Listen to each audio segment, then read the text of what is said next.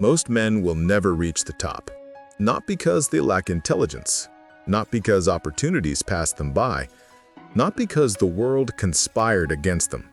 Most men stay average because they think average thoughts. They wake up with average expectations.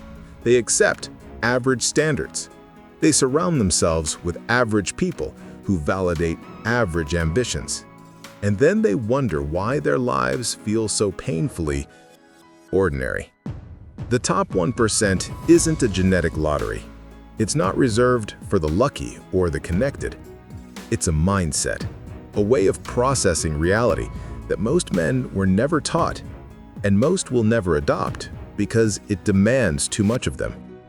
But you're still here, so let's break it down.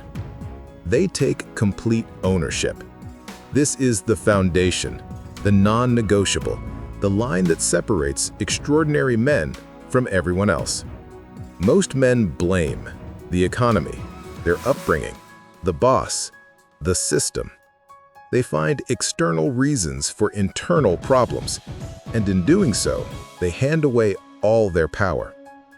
Top men refuse to do that. Even when circumstances are genuinely unfair, even when the world actually did conspire against them, they ask one question: what can I control? And then they pour every ounce of energy into that. Jocko Willink calls it extreme ownership. The Stoics called it the dichotomy of control. The principle is ancient and universal. Your power lives only in what you can influence. Everything else is noise. Most men waste years fighting noise. Top men ignore it entirely. They embrace discomfort as fuel. Average men avoid pain. Top men seek it. Not because they're masochistic, because they understand something most never grasp. Growth and comfort cannot coexist. Every meaningful advancement requires friction, resistance, the willingness to be bad at something before becoming great. While average men optimize for ease, top men optimize for challenge. They take the harder path deliberately. They choose the conversation that scares them. They pursue the goal that has real risk of failure. Because they know that muscles, mental and physical, only grow under strain. Jocko Willink built his entire philosophy around this.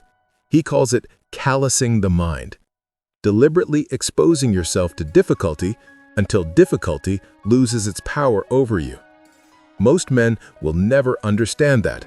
They'll keep choosing soft, and soft will keep choosing them. They think in decades, not days. Average men want results tomorrow.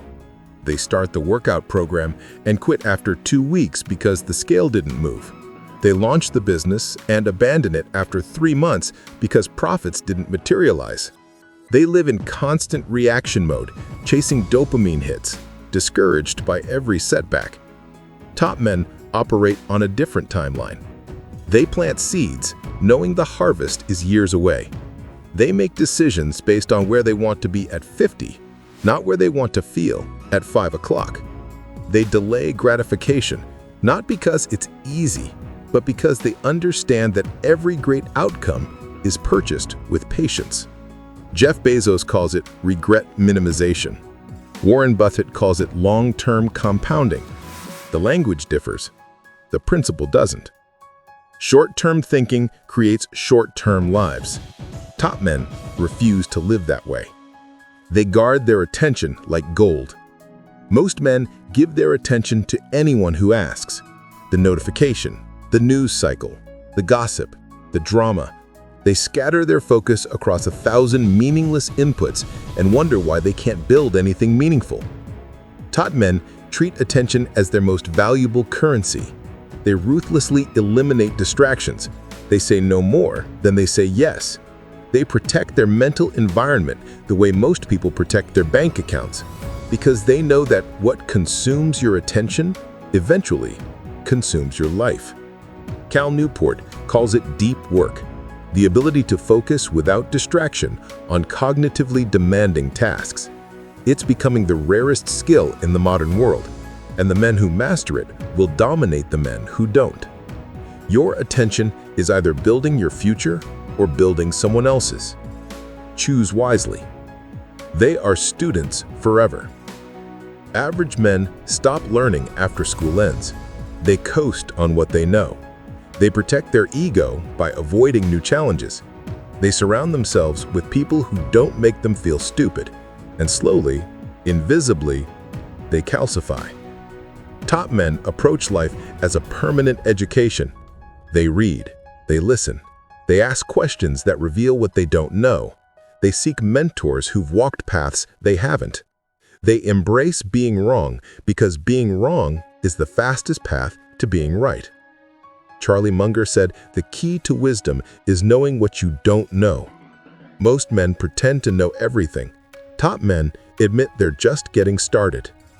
That humility, paired with relentless curiosity, compounds over decades into something unstoppable.